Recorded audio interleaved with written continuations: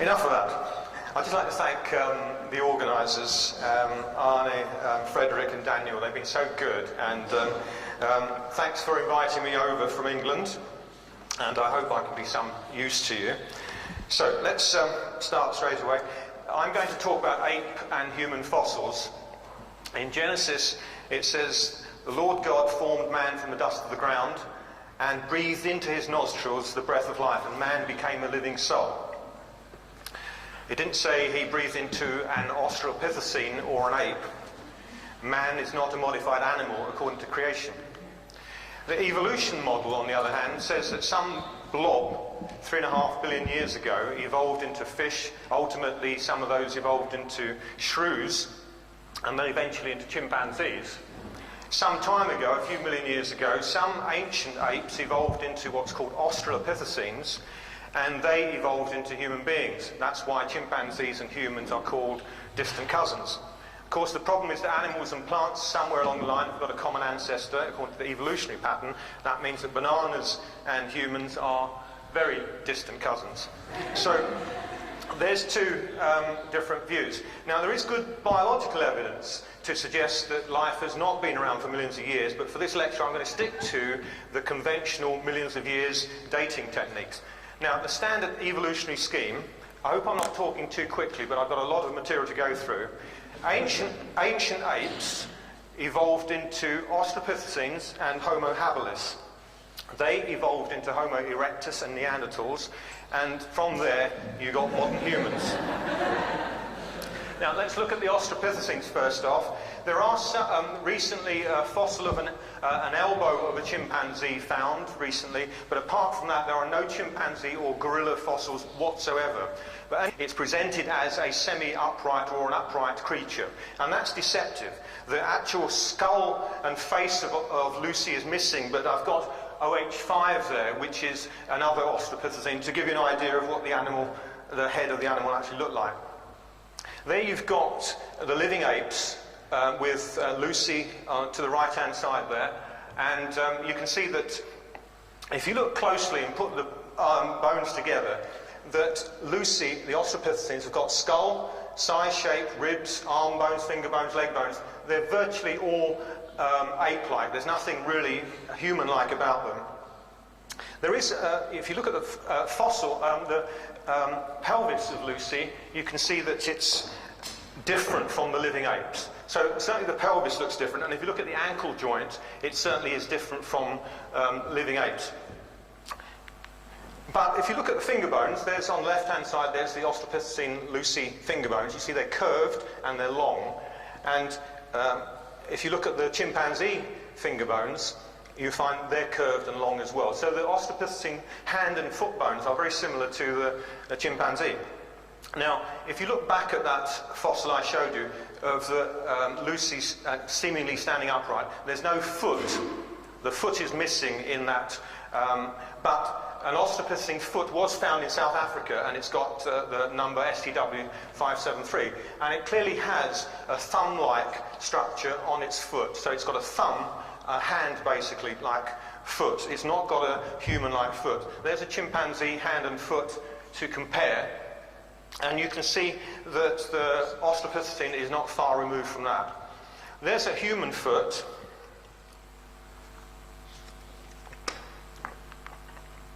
And I'm going to look at this small area between the great toe metatarsal and the index metatarsal. There's the human left foot looking at it from the front. If you push the big toe sideways, you get that. And if you look at the base of the great metatarsal, there you'll find a facet, a flat piece of bone. And that flat piece of bone is important because it tells you that the big toe metatarsal is adjacent to and stuck onto the index metatarsal. It shows you that whoever the creature is, it's got a great toe and not a thumb. A thumb is mobile and it doesn't have that feature. There it is. If you look at the chimpanzee, you see that it's not got a facet there. It is a mobile thumb on its foot. It's basically got a hand on its foot. If you look at the Australopithecine 573 foot, it also has got no facet. It is the ape-like form had a mobile thumb, so Australopithecines did not have ape-like feet, human-like feet. If you look at the rib cage, and there's a chimpanzee on the left, the Australopithecine Lucy in the middle, and you see that the great apes, the orangutans, gorillas and chimpanzees, they all have a pyramidal shaped chest, and they have a pot belly. I know some men also have pot bellies, but they're not, that doesn't say they're evolutionarily related. But the great apes all have a pyramidal chest. Humans, on the other hand, have a barrel-shaped chest. It's a totally different form altogether. So Australopithecines actually had long arms, they had long curved fingers, short legs, long curved toes, they had a thumb on the foot, they had a flat foot with a thumb, they couldn't walk like a man, and they climbed trees to some degree. There's no real evidence on that fossil data that Australopithecines have got anything to do with human ancestry. They are basically apes that used to live, and they were different apes to the apes that are living today. So they have no bearing on human origins as far as I'm concerned. The next group is Homo habilis, and I'm going to choose, just here, Homo habilis is found between sort of like 1.5 to 2 million years ago. There they are. And I'm going to choose to talk about one particular creature, renamed Homo ergaster recently. And this fossil was found in sediments supposedly 1.9 million years old. And why is that one important? Why is that considered to be a human, ape-human intermediary? It's because it's got a very large skull cavity. Now, its skull cavity is 750 to 800 mils, depending on how you fit the skull together. It was found in thousands of pieces, well, hundreds of pieces. So how it's put together, there may be some glue in there, but it's certainly around the 750 to 800 mils in volume. Now that's about 50 mils bigger than the largest gorilla brain, but that doesn't mean that it is 50 mils more intelligent than a gorilla. It just means it had a slightly bigger brain. And it's only 80 to 130 mils smaller than the smallest human brain. But that doesn't mean to say it's 80 mils thicker or denser or less intelligent than a human. Now, you know that men have larger brains than women, and you know that women are always right. So you can't tell intelligence simply by the size of the brain. Thank you. There is a brain scan of a man of 55. It was written up in the British Medical Journal, October 2003. This man was perfectly normal. He had an accident to his head. He was knocked unconscious, taken to hospital, had a brain scan, and that's what they found. They found that his brain only occupied less than half of the posterior part of his skull. That was not caused by the accident. That was either he was born like that or it developed with fluid growing inside the skull. But ultimately, the end result is that his brain, in terms of neuronal mass, was less than or about the size of the largest gorilla brain. So you can have a perfectly human intellect, and he was perfectly normal when he woke up from his unconscious state. He's back to normal. You know, perfectly normal human intellect with a brain mass that is less than 800, 750, 700 mils. There's a cow brain. A cow brain's 500 mils, and the same size as a chimpanzee brain. And I think the chimpanzee is a little bit more intelligent, but you can't tell that by just looking at the mass of the brain.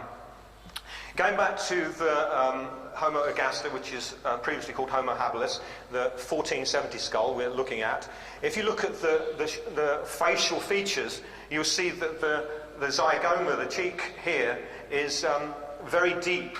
And on the right-hand side, you've got the Australopithecine face, and you can see it's very deep face as well. If you look at the gap between the bottom of the nose and the top of the teeth line in the maxilla, you'll find that it's also deep. So it fits in with an ape-like Australopithecine form rather than, it's not anywhere near a human form. There's a human skull next to the 1470 skull, and in comparison you can see the deep cheekbones of the Homo habilis, Homo ergaster, and the thin cheekbones of humans. And if you look at the gap between the bottom of the nose and the top of the teeth, you see a massive difference. So this skull has got all the features of an ape with a big brain, rather than an ancient ape on its way to becoming human. So Homo ergaster on the fossil evidence shows no information that we can use to give us any insight as to whether it's an intermediary or not. If I look at Homo erectus, Homo erectus, erectus means upright, so it's an upright man. They're found between, look at that, it's 2 million years ago to very recently, surprisingly. Most people think Homo erectus became extinct a million or 2 years ago, but actually there is fossil evidence to bring them right back into the modern era. Homo erectus skulls vary in shape like that, and their brain sizes vary from 940 to over 1200, so they're well within the modern human brain capacity range. There's Solo Man from Indonesia. We know that Homo erectus, with their associated finds, they used stone tools, they had control of fire, they migrated across open seas, so they're pretty intelligent people. Now, Homo erectus is supposed to have died out 0.5 million years ago, but in Cow Swamp in Western Australia, they found this specimen, which is dated at only 10,000 years old. And in the Cossack skull, which is also in northwestern Australia, is dated anywhere between 300 and 6,000 odd years ago. Now, they can't date it any more accurately than that, but that individual that had that skull could have died after Isaac Newton died. So it just shows you that Homo erectus is not what you generally think him to be. Could have lived more recently. Turkana Boy, the 15,000 skeleton, is probably the most complete skeleton of Homo erectus that we know. We know that the individual was about 12 years old when he died, because you can tell that the bones have not fused, they're still growing. And if he'd grown to maturity, he would have been over 6 foot tall. He's got the tall, thin characteristics of a typical Middle African individual. His brain size was only between 800 and 900 mils, but we've already shown that that's within normal human limits. We'll come back to him in a second. Now, does having a large brow, if you see something, an individual with a large brow, does that mean it's subhuman, an intermediary?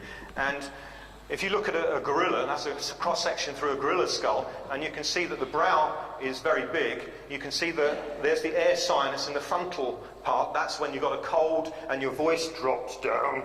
It becomes all thick in the sinuses there. And you can see there is the inner lining of the skull cavity. And so the brow shape and form has got nothing to do with the shape of the brain whatsoever. Here's an x-ray of somebody from Bognor Regis. I was working in casualty, and the radiographer asked me to have a look at this x-ray for her. And when I saw the x-ray, I thought, wow, big eyebrow, some Homo erectus chap has just walked into casualty. Great, I got really excited. And when I saw the patient with his skin on, you can see that there's nothing much to see. You can see huge brow on the x-ray, but when you put skin over an individual, the shape changes. So a large brow doesn't really tell you that it's anything to do with being subhuman. Going back to the sloping forehead and the 15,000 skull, is a sloping forehead, see, I've got a vertical forehead, is a sloping forehead something that's in between an ape and a modern human?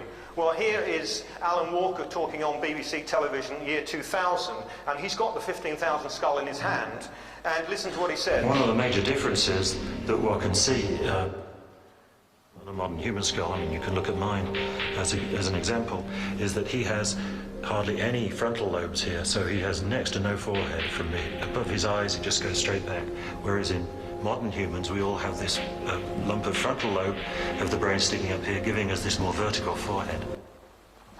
So he says that modern humans, we all have a vertical forehead, which means we all have a vertical frontal lobe of our brain. And he's implying that if you had a sloping forehead, that means you're subhuman in some form.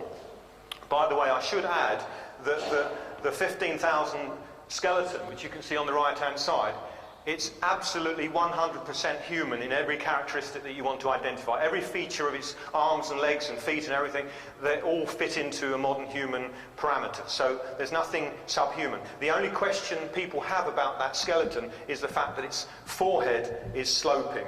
Otherwise, the skeleton is totally human.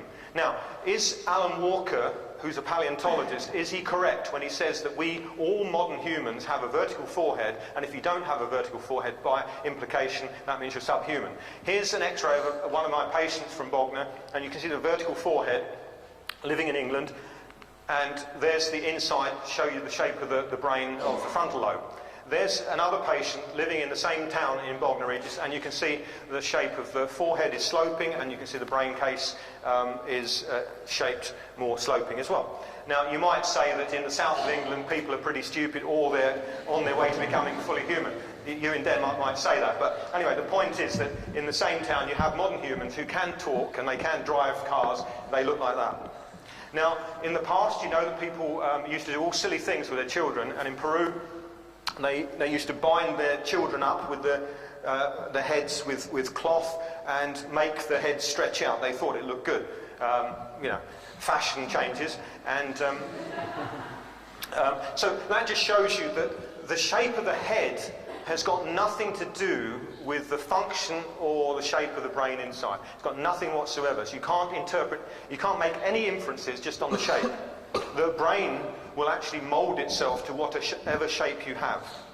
In fact, if you do brain surgery, and I remember operating on somebody's head who'd had an accident, and the head was very swollen, or the brain was very swollen, you have to take off the side of the skull and make a hole and space so that the swollen brain can actually swell outside the skull for a while until the patient recovers a bit, and then it can shrink back in again. So the brain, depending on pressure, it can deform in all sorts of ways.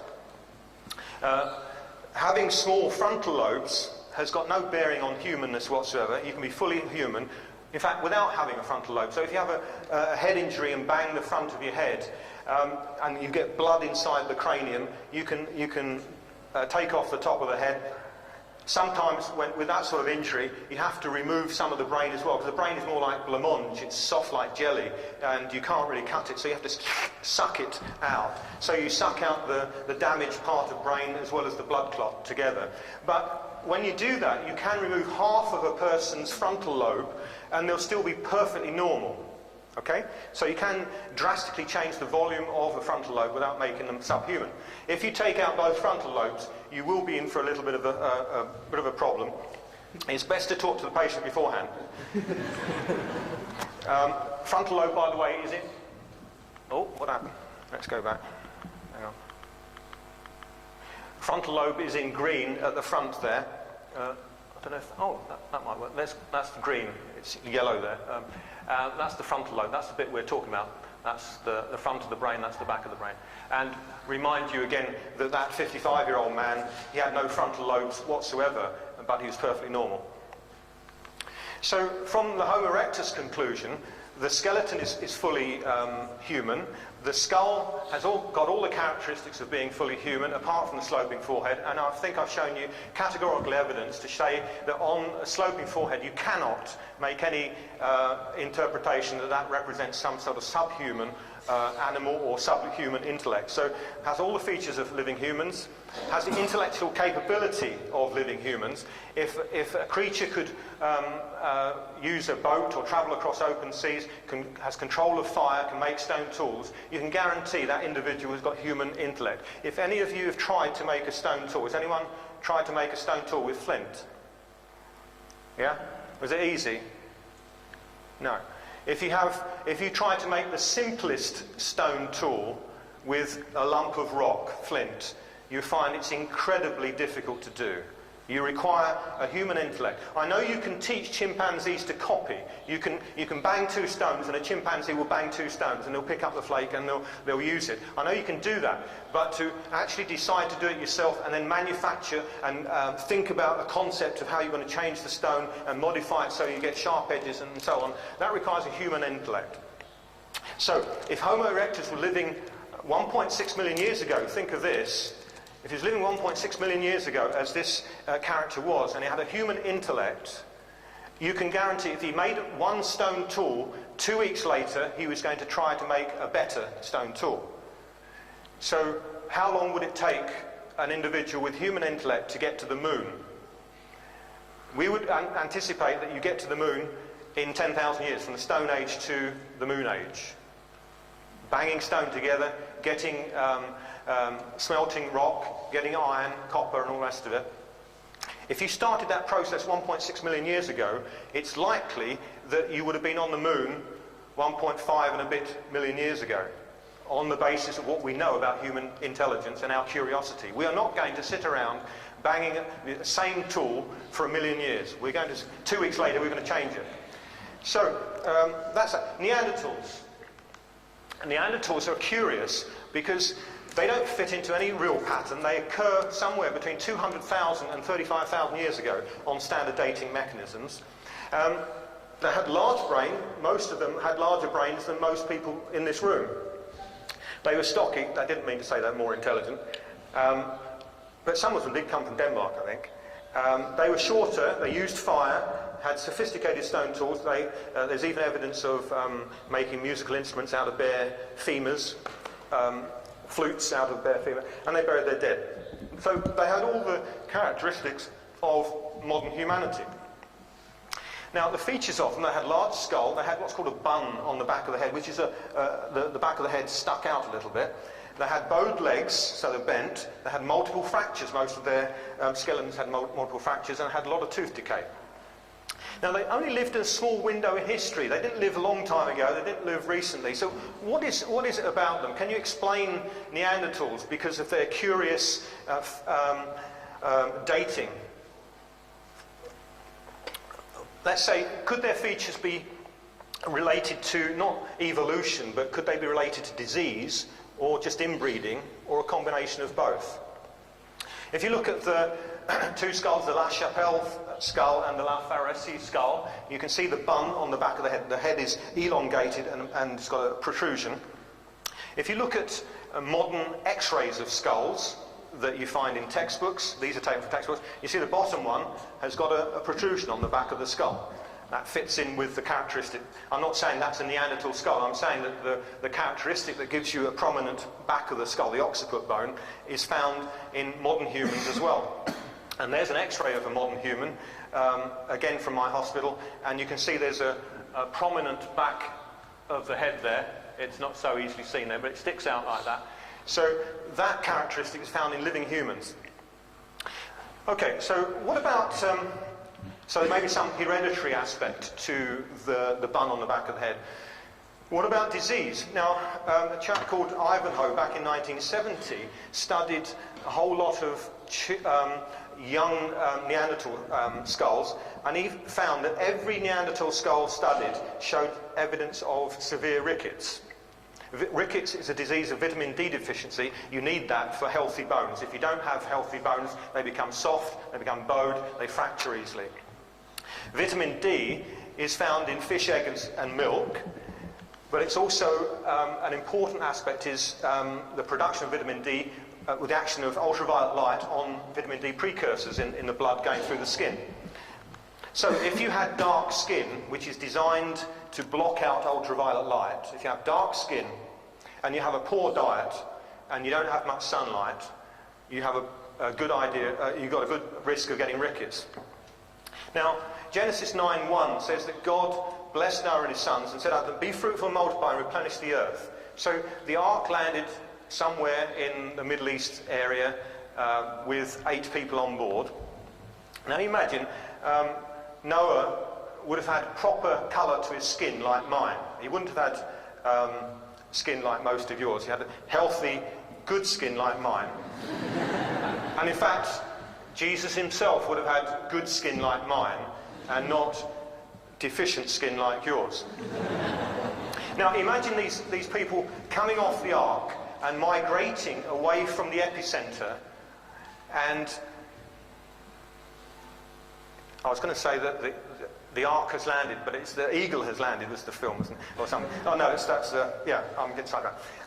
So imagine these people migrating away from the epicenter, And if the Bible is true, and there was some huge, massive, untestable, unrepeatable event that happened, which is the Great Flood, then the whole climate would have changed. And if, by any chance, there was a massive ice age in relation to that, then you'd have poor sunlight and poor food, and people who would migrate out, you'd expect them to have evidence of rickets. And in fact, if you look at the Neanderthal skeletons, their geographical distribution, as you go more northwards from the Middle East, you have an increased incidence of Neanderthal features. In fact, also, if you go increase in altitude as well, you find increased Neanderthal features in these ancient skeletons. Now, rickets causes enlarged, elongated, flattened skulls, and there's a Neanderthal skull which has got that feature. The dentition is often delayed, and the teeth are bad, and they fall out easily. And there's La Chapelle skull, and this individual supposedly died when he's about 30 years old. He's lost most of his teeth. You can see he's not a healthy boned individual. And there's a picture, hope you can see, the bowed legs. These are children in Glasgow in Scotland at about 1900, year 1900. That photograph was taken then. I didn't take that photograph. And you can see that rickets gives you fragile bones, you get bending, and you get fractures, and that's consistent with the Neanderthal feature. I said there's multiple fractures of head, spine, upper arm, and some people said, well, that's interesting because that's the same pattern that you get in rodeo riders. So you can imagine that Neanderthals were into hunting wild ox or big mammoths and stuff, and falling off them and then getting multiple fractures. So they might have been caused by hunting. Of course, to be scientific, they could have been... Hey, folks! We are seeing some of the best Neanderthal riders in all the world! Ride of Neanderthal! So to be scientific, the Neanderthals could have got their fractures from rodeo riding, but we haven't got any other evidence for that. Okay, so one explanation of the origin and disappearance of Neanderthals is that normal humans went into some sort of ice age, and as a result of rickets, which is a disease, and inbreeding, you got Neanderthal features. And once the climate changed and things improved, then you got back to the normal human form. And that would also, that sort of pattern, you would also predict that Neanderthals and humans would be living at the same time, because not all people would have bad bones or bad food. So from the evidence there of the form of the bones and everything about them, Neanderthals are fully human, had fully human capability and intellect.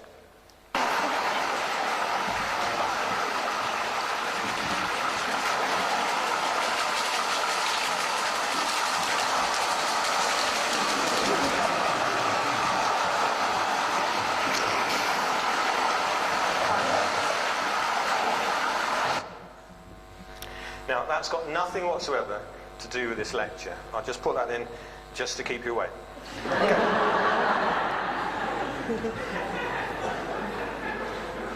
Now, we've looked at chimpanzees. There's only one elbow bone, one fossil elbow. That's all that's ever been found of a chimpanzee fossil.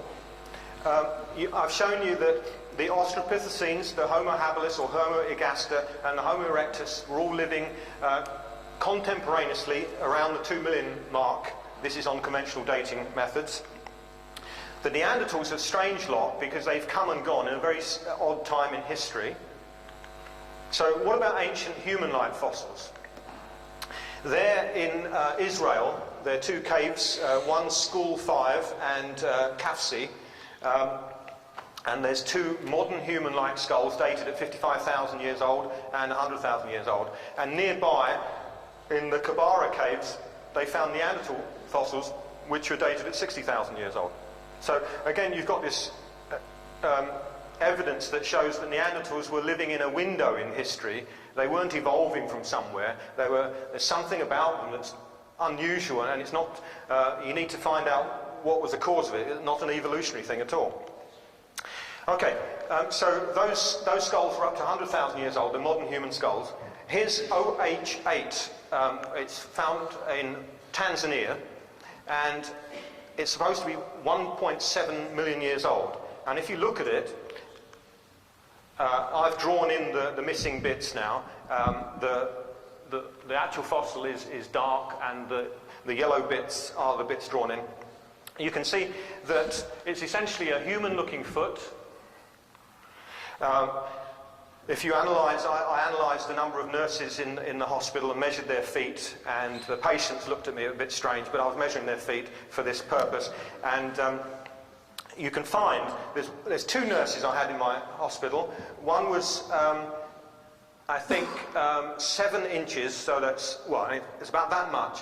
The 2 nurses differed by that height, and yet their feet were the same size, but their height was different by 7 inches or so, okay? So you can get a massive difference in height and size of a person, but their feet could be the same. This is actually a small foot, but it's consistent with somebody, it's certainly consistent with one of the nurses in the hospital I was working with who had a height of 5 foot 5 inches, which is 1.6 metres. Now, if you look at this fossil, OH8, and here I've got in the middle the great metatarsal, the big toe metatarsal. And remember, we talked about that facet that is found in human feet only. It's not found in ape feet at all. If you find that facet in a bone, in a great metatarsal, you will know that it was not sticking out sideways on the foot. You know it was bang up against the index metatarsal and fused with it. It wasn't floppy, it was solid.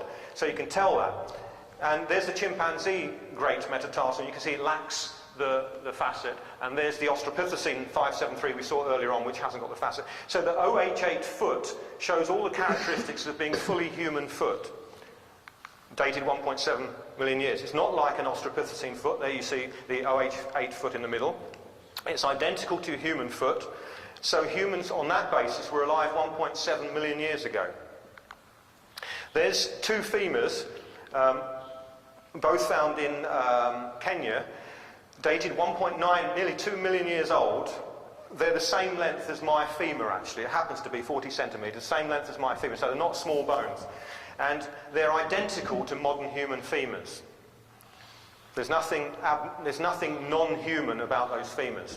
There's a modern human femur next to it, and you can see, apart from a bit of erosion and whatever, it's basically the same bone. So these femurs, they're identical to human bones. So humans were alive supposedly 1.9 million years ago.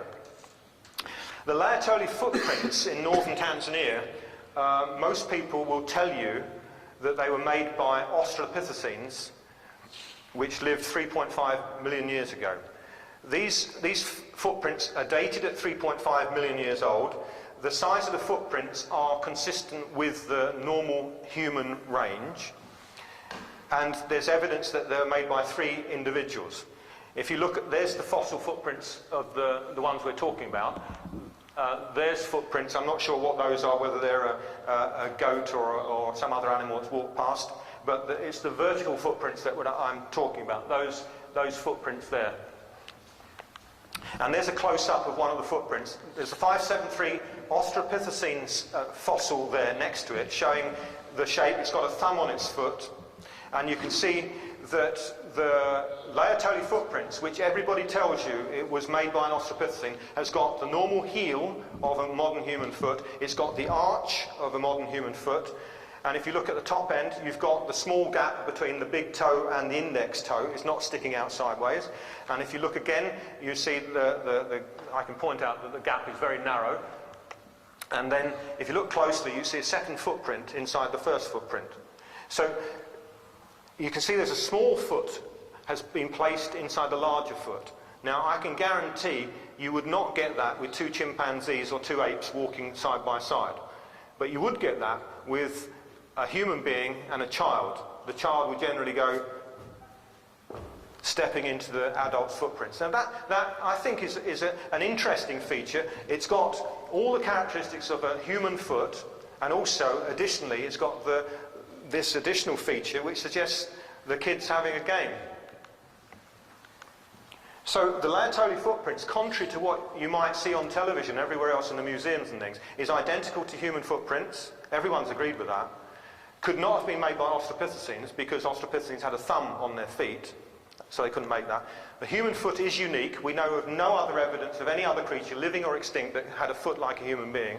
So on that evidence, we have to conclude, unless there's anything else come about, that those footprints were made by human beings, and therefore those footprints are 3.5 million years old. Finally, we come to the end. This is a radius, which is the outer forearm bone on the side of the thumb. It's dated at 4 million years old. It's 27 centimetres long. Incidentally, just happens to be the same length as my radius. It's twice as long as the Australopithecine Lucy's radius.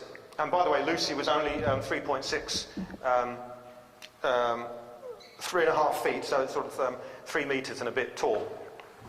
In size and shape, it looks like a modern human radius. It's got all the characteristics of a modern human radius. So it's not like an ape radius. It's identical to a human radius. So humans were alive 4 million years ago. And here we have the summary of it, that we have one elbow fossil in a chimpanzee, and the chimpanzees are supposed to be ancestral to the Australopithecines. The Australopithecines, Homo erectus, Homo habilis, were all living contemporaneously in the 2 million year bracket.